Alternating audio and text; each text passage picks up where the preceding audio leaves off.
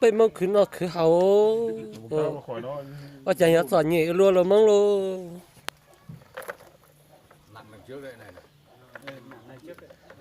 giờ lấy con mong chỉ tao của mong lo này á tu tao có giờ kiến cảnh xem mong chỉ lo lấy chứ buộc cả này bên này nhá thì phải buộc chỗ này nữa mới được kể ra lấy được cái que sang bên này nhỉ thế này nặng đầu đấy nặng trúc đầu đấy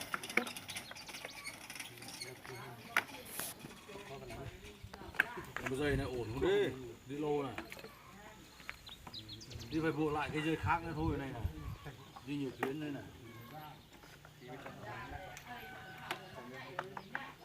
phải có người thế này cho nó mới cân xe mới biết được. Đúng rồi đấy. Đấy phải cho người như thế để cho cân xe.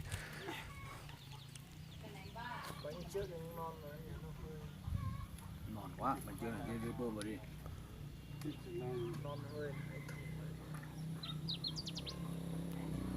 Tí lúc em mới ua bây giờ cầu, đi sao?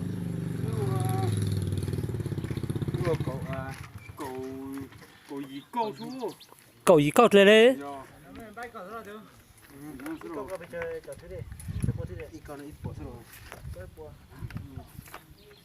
Làm thế nào đấy bí thư ơi? Càng đấy.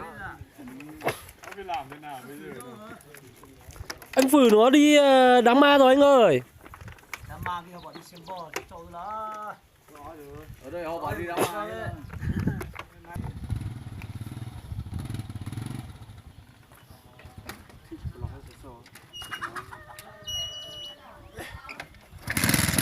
Nông tiếp theo luôn, sẽ có lên nó một cái đó.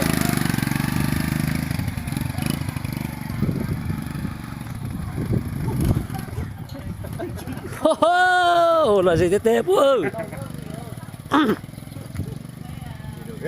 Đi được hết.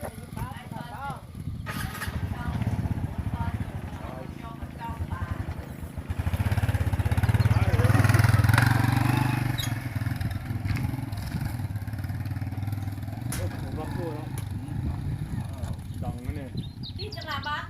Tôi chùa đi ra. Rất là tôi chùa lên nha.